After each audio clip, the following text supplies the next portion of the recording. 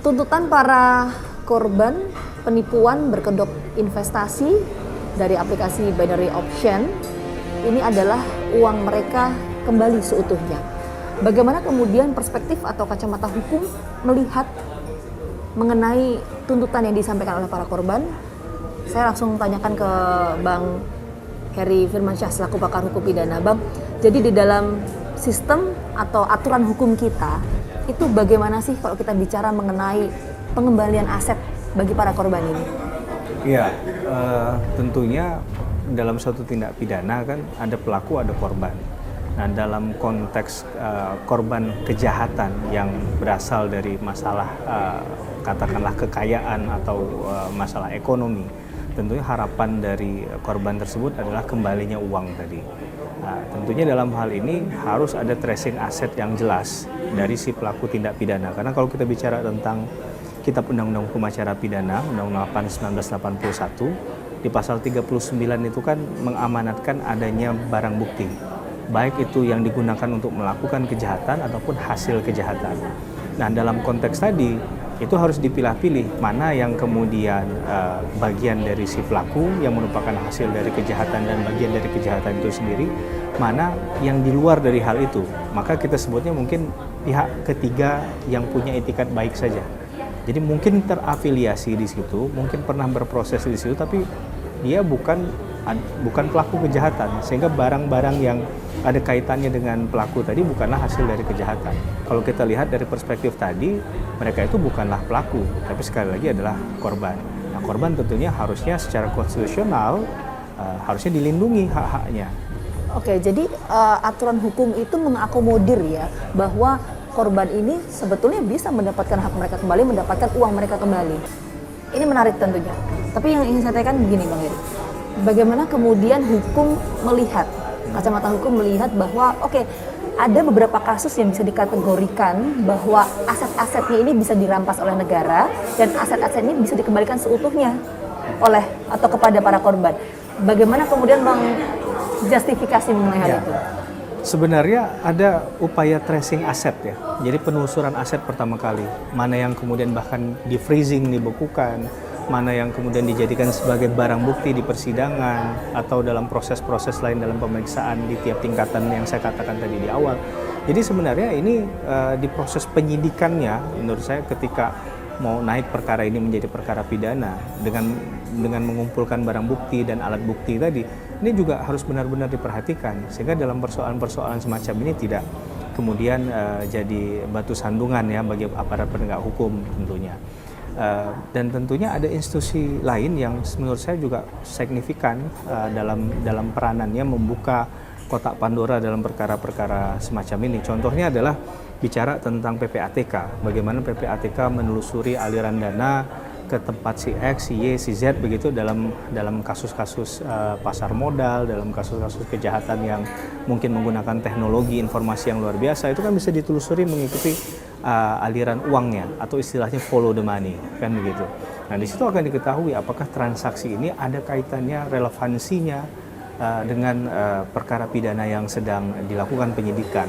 Nah, baiknya kalau memang tidak ada berarti dari awal sudah dipisahkan itu, sudah tidak diikutsertakan dalam proses untuk membawa perkara ini dalam proses penegakan hukum lanjutannya. Nah, tentunya menurut saya ini yang akan menyelamatkan bukan hanya saja korban tapi juga bagaimana proses penegakan hukum yang dilakukan oleh aparat penegak hukum. Oke, jadi nanti kita tunggu bagaimana perkembangan penyidikan atas kasus ini dan bagaimana kemudian nanti hukum memutuskan apakah kemudian para korban ini bisa mendapatkan asetnya kembali atau tidak. Nanti kita tunggu seperti apa perkembangannya. Sekali lagi terima kasih Bang Heri sudah meluangkan waktunya, sudah mau berdiskusi. Sehat selalu. Sampai ketemu lain waktu. Bersama saya saat ini Mas Indra Ken. Apa kabar Mas Indra Ken? Baik. Mas Indra, baik. Kabarnya baik ya Mas Indra. Jadi aset-aset Mas Indra itu selama ini memang milik pribadi atau ada pihak lain sih Mas yang kemudian menitipkan uang ke Mas Indra? Gimana Mas Indra? Gimana Mas Indra? Saya kan bukan bank ya, jadi saya nggak bisa nitip-nitip dana, nggak boleh. Kita kan nggak bisa menghimpun dana masyarakat. Gitu.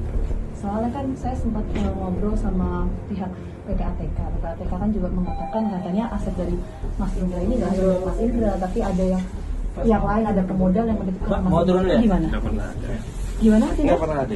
Nggak pernah ada itu. Terus aset-aset dari atau uang dari korban itu kemana aja, Mas Indra? Kan langsung ke binomonya, nggak ke saya. Oh, langsung ke binomo.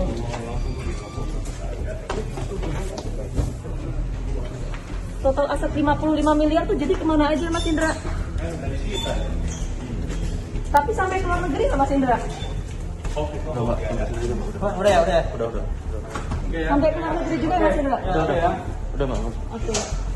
Baik, itu tadi sedikit cuplikan wawancara saya bersama dengan tersangka Indra Kents berkaitan dengan kasus penipuan berkedok investasi. Kita akan temukan fakta berikutnya.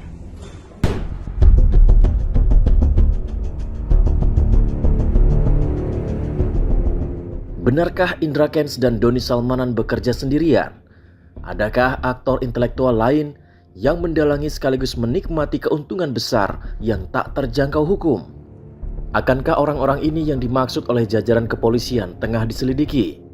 Dengan sejumlah pertanyaan ini, kami mendatangi markas para investigator transaksi keuangan Indonesia, Pusat Pelaporan dan Analisis Transaksi atau PPATK. Jadi bagaimana kemudian penelusuran aset dan juga dana dari beberapa orang sudah ditetapkan sebagai tersangka berkaitan dengan kasus penipuan berkedok investasi dengan aplikasi binary option. Kita akan langsung berbincang. Saya sudah janjian kebetulan dengan Kepala PPATK, Pak Ivan. Apa kabar? Selamat pagi, Pak. Gimana kabarnya? Sehat? Sehat, Pak. Alhamdulillah sehat ya, Pak ya. Alhamdulillah sehat. Harus Oke. sehat sekarang. Pak, langsung saja ini ada beberapa hal yang ingin saya tanyakan Ya. berkaitan dengan isu yang sekarang masih menjadi sorotan publik, Pak. Sejauh ini penelusuran dari PPATK berkaitan dengan aset dan juga aliran dana dari beberapa orang afiliator yang sudah ditetapkan sebagai tersangka ini bagaimana, Pak? Ya, penelusuran kita yang kita lakukan itu kan proses analisis ya. Jadi sekarang saja kan sudah terendus transaksi itu hampir 9 triliun. 9 triliun? Ya. Oke, itu mengalir kemana saja, Pak? Karena saya sempat membaca di beberapa media, PPATK Ya. sempat menyebut ada dugaan aliran dana ini sampai ke luar negeri, itu betul, Pak? Biasanya kalau dia tidak dijadikan aset, dia dibelikan aset ya, aset dengan nama orang lain atau dia masukkan ke dalam rekening dia atau rekening orang lain, dia lakukan pengiriman ke luar negeri ke beberapa negara. Dan khusus kasus yang ini itu kita menemukan ada sekarang 7 negara ya. Ada yang dekat-dekat kita, ada yang di Belarus, ada yang bahkan di sekitar wilayah Rusia sana banyak juga kita menemukan. Ya. Oke, Pak, yang tadi Pak Ivan sampaikan mengenai nominal aliran dana itu Ya. berkaitan dengan 2 orang yang saat ini ditetapkan sebagai tersangka? Enggak juga. Oh, tidak juga? Enggak juga. Terus bagaimana itu? Kita kan banyak yang kita lihat sekarang tidak hanya 2 tadi, jadi banyak sekali memang yang kita lihat. Makanya kan dalam beberapa kesempatan kami menyampaikan kepada publik bahwa yang terjadi sekarang itu sebenarnya tidak hanya terkait dengan 2 pihak. Ada modus-modus yang kurang lebih sama lah, identik yang dilakukan oleh 2 orang yang sudah menjadi tersangka ini, menghimpun dana publik, kemudian melakukan pencucian uang, membelanjakan dengan harta kekayaan gitu ya. Nah itu banyak pihak kemudian kita eksplorasi yang muncul sekarang ini kan 2 pihak ini nih. Tapi kita masih berproses terus. Oke. Ya, insya Allah makin itu. Nah, Pak, sejauh ini PPATK sudah memiliki data penelusuran misalnya, Pak ya, tadi kan Pak Ivan mengatakan bahwa Ya. dana atau aset yang dimiliki oleh afiliator ini, Ya. 2 orang ini, Doni Salmanan dan Indra Kents, ada yang memang ini milik pribadi, tapi ada kemudian ini dari pemodal. Nah, ini persentasenya seperti apa sih, Pak? PPATK belum mengkalkulasi itu karena kan berkembang terus datanya. Hampir tiap hari kita berkembang terus kan. Pembukuan kita lakukan hampir tiap hari, kemudian temuan orang yang terafiliasi juga hampir tiap hari kita temukan. Terlepas dari kemudian dia sudah alihkan dananya, tapi kan PPATK terus bekerja dan berkomunikasi dengan pihak pelapor kan. Sehingga rekam jejak dari transaksi itu sekarang semua kita sedang tarik. Kalau presentasinya ya pastinya banyak kan yang diperoleh dari masyarakat yang ditipu gitu ya. Oke, nah jadi skema atau Ponzi. skema perputaran uang ini Ya. yang ada di aplikasi binary option ini memang sudah lama dideteksi atau ditelusuri oleh pihak PPATK atau memang baru-baru ini atau bagaimana sih, Pak? Secara platform PPATK tidak memiliki kewenangan ya. Secara platform ya. Platform itu siapapun di Ya, masyarakat itu aplikasinya. kalau mau bikin aplikasi platform kan tidak perlu izin dari PPATK. Soal perputaran uangnya, Pak? Perputaran uangnya sudah lama. Di PPATK sendiri sudah sekitar 6 bulan aktif ya. Pada saat PPATK sudah 6 bulan. Pada saat PPATK sekarang melihat bahwa banyaknya masyarakat mulai ada pelaporan dan segala macam, PPATK kemudian melakukan kajian. Tapi ternyata begitu PPATK lihat, laporan saja sudah ada 700-an sekarang ini. laporan yang PPATK terima terkait dengan operasional kegiatan yang model-model seperti ini itu sudah 700-an. Yang itu yang tadi angkanya menjelang 9 triliun tadi. Oke. Angka perputaran transaksinya yang menjelang. Angka perputaran transaksinya. Oke. Ya. Pak Ivan, tadi Pak Ivan kan sempat menyebutkan ya Pak ya bahwa aset atau kekayaan yang dimiliki oleh para afiliator ini ada yang dari kekayaan pribadi, ada yang dari pemodal. Nah, kalau misalnya kita bicara dalam konteks aset yang mereka ini dari pemodal, apakah kemudian kegiatan yang selama ini atau transaksi yang mereka selama ini lakukan ini memang aliran dananya juga terdeteksi ke pemilik modal ini atau bagaimana kalau pemantauan dari PPATK? Dalam konsepsi follow the money itu kan kita harus melihat apakah target kita itu adalah hanya sekedar nomini atau orang suruhan, atau apakah dia menjadi beneficiary, atau apakah dia kemudian menjadi ultimate beneficiary, paling ujung gitu ya. Nah, kita memang melihat ada kemungkinan bahwa di luar orang-orang ini ada yang namanya beneficiary, penerima manfaat lainnya. Jadi orang yang secara konspirasi ikut dalam skema bisnis ini itu sudah kita udah kita kaji, dan beberapa nama sudah kita sampaikan ke teman-teman Polri ya, sudah dalam proses hasil analisis kita.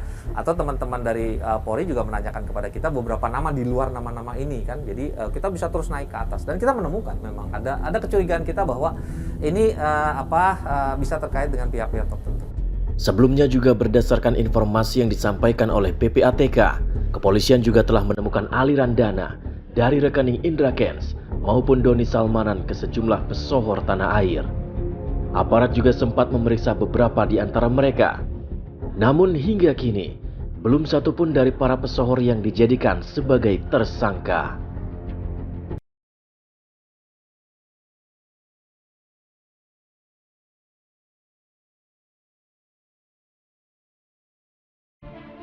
Jumlah korban terus bertambah, namun pada umumnya harapan mereka semua sama. Pertama, para afiliator ini dihukum sesuai dengan perbuatannya. Kedua, uang mereka yang kadung dimanfaatkan oleh para afiliator saat masih dijuluki Crazy Rich. Demikian yang disampaikan Vicentius Mendrova, kuasa hukum para korban yang terus mendampingi hingga saat ini. Apa saja sebetulnya tuntutan dari para korban penipuan berkedok investasi dengan binary option berupa binomo maupun quotex? Kita langsung tanyakan ke pengacara korban, Bang Vincent. Jadi saat ini sampai detik ini saya berbincang dengan Bang Vincent, sudah ada berapa korban Bang berkaitan dengan kasus ini? Oke, untuk yang masuk data ke kita, baik yang sudah kita berikan datanya di Barreskrim, sudah diperiksa korban yang menjadi klien kami, dan juga yang baru bertambah per 23 Maret kemarin ya. Itu totalnya untuk binomo itu yang IKA itu sekitar 50 orang. Oke, jadi kerugian pun juga masih terus dihitung sampai sekarang ya Bang Masih sedang dihitung. Bahkan kalau untuk IKA sendiri ada satu korban ya klien kami itu kerugiannya 28 miliar satu orang. Tuntutan dari para korban ini sebetulnya apa aja sih Bang poin-poinnya? Ya. Pertama, kita merasa berhasil dulu tuntutan pertama kita, yaitu menertibkan ya, menghentikan kejahatan binary option ini, yang mana sudah ada penetapan tersangka baik IKA maupun DS. Itu keinginan korban awal ya. Tentu keinginan keduanya adalah bagaimana cara pengembalian uang ya, sebagaimana yang sudah disita itu. Harapannya memang dengan adanya pasal TPPU ini ya, pasal 3, pasal 5, pasal 10 TPPU ini, aset-aset ini bisa diamankan oleh Barreskrim, sehingga ini nanti bisa menjadi pertimbangan majelis hakim di persidangan untuk ya dikembalikan kepada korban. Namun harapan ini tentu saja bukan perkara mudah untuk diwujudkan. Tentang jerat hukum yang bakal ditetapkan, umumnya aparat penegak hukum tidak pernah kesulitan. Tetapi terkait pengembalian uang milik korban, berdasarkan sejarah, kasus-kasus yang menimbulkan kerugian ekonomi secara massal terhadap korbannya belum pernah terjadi pengembalian kepada para korban. Meski negara telah berhasil menyita banyak aset milik pelaku melalui aparat penegak hukumnya, meski perundang-undangan yang berlaku telah mengatur soal ini. Demikian yang diuraikan pakar hukum pidana Heri Firmansyah.